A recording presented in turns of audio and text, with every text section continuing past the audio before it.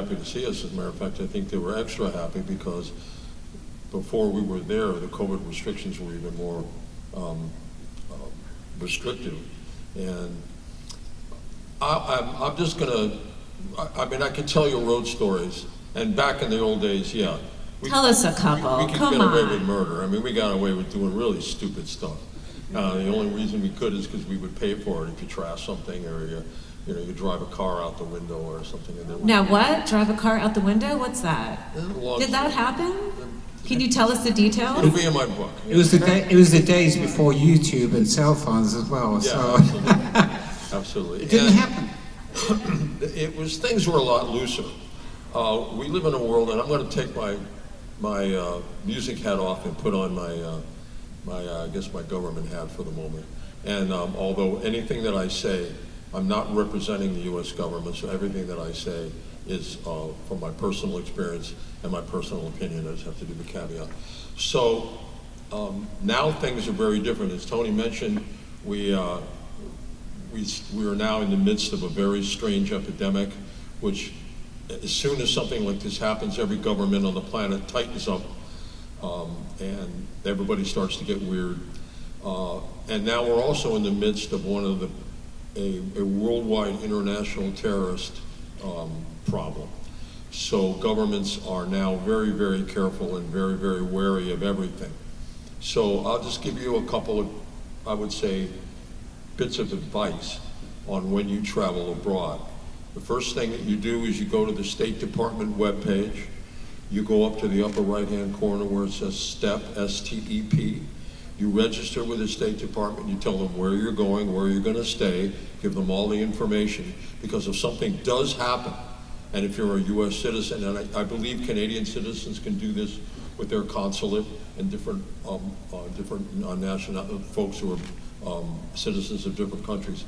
But you go to this page and you register, so there is a record if something were to happen. Number two. Interesting. So that's statedepartment.gov? Yeah, statedepartment.gov. You just go up to the upper right-hand corner, it says STEP. So the next thing you need to understand is, I believe many people have most of their private life on their cell phones. They do banking, they do a number of different things, so you have a tremendous amount of personal data on your cell phone.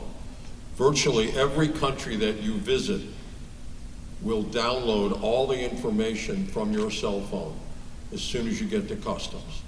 Some countries are more aggressive than other ones, but just understand that if you bring your personal cell phone, that's probably what will happen. But you don't know it. You won't know it. No, you won't. And even if your phone is off, doesn't make any difference. I'm not going to get into the technical side of it.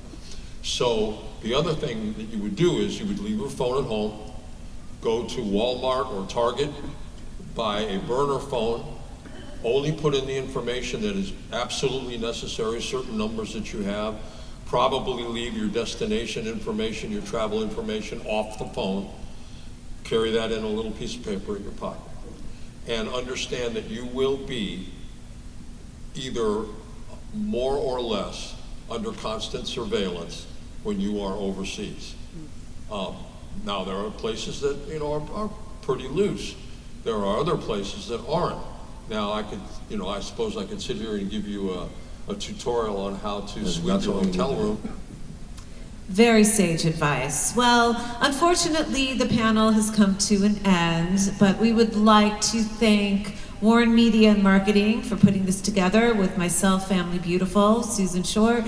Thank our guest, Jeff Skunk Baxter. Make sure to pick up Speed of Heat, his latest album that just dropped. Listen to it on Spotify. Follow us on all the social media platforms.